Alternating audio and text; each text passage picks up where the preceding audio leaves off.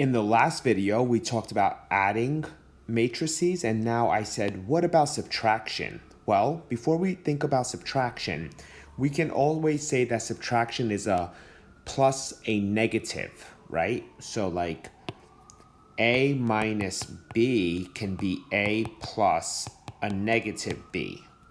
So definition of a scalar multiplication, what does that really mean? So if you have this matrix A that's filled with all of these elements, and it's an m by n matrix, and C is a scalar, then the scalar multiple of A by C is the m by n matrix C times A. And that's where C is getting to multiply everybody in there. So now, what I want you to understand here is that if you notice, there's a lowercase c. And if you remember from the last I talked about here, a bold-faced lowercase letter often designates a column matrices or row matrices. Okay, so that's why I have it lowercase.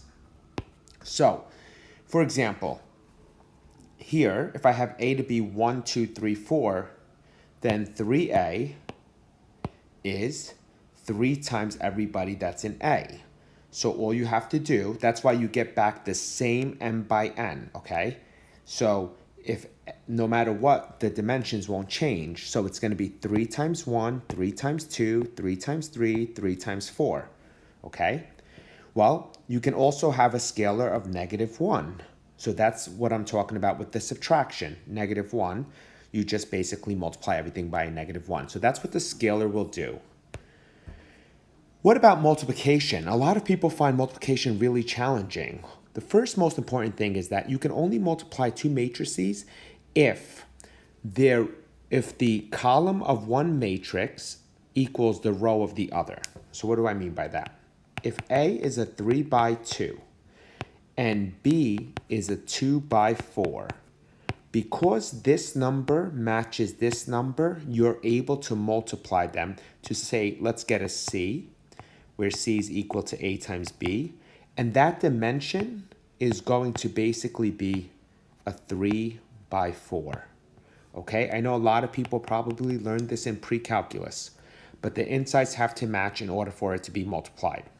All this stuff here, it's not gibberish in a sense, but it's basically saying, here's A, it's filled with an array of numbers, it's m by n. Here's B, it's filled with a bunch of numbers, the dimensions are n by p.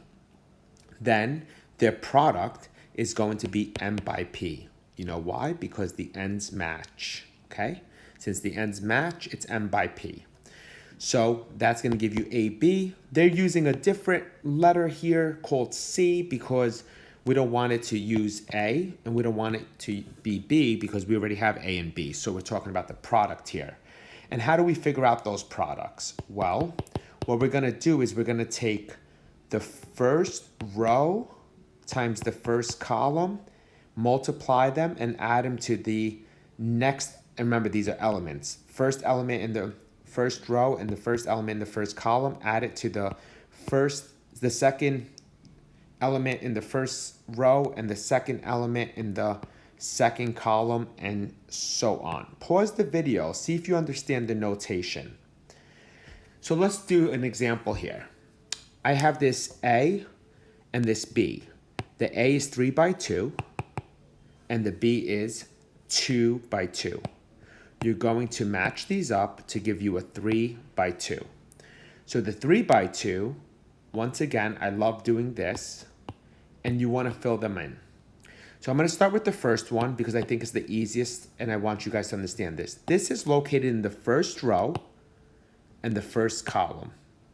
So what you do is you go -1 times -3, okay, this and this, plus 3 times -4.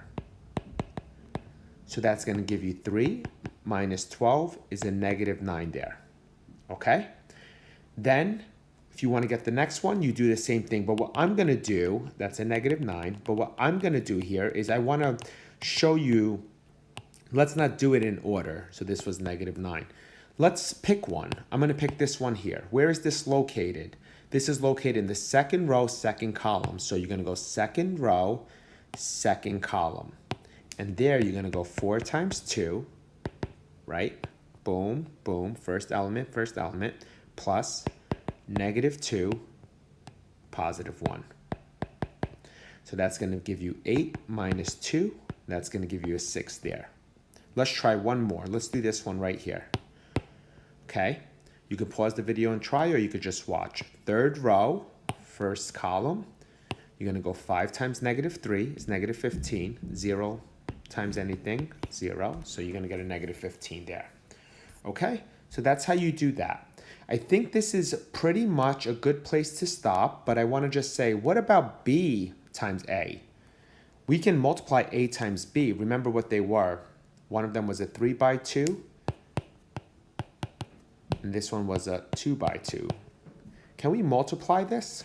We were able to multiply A times B, but B times A we can't multiply. Do you know what that says?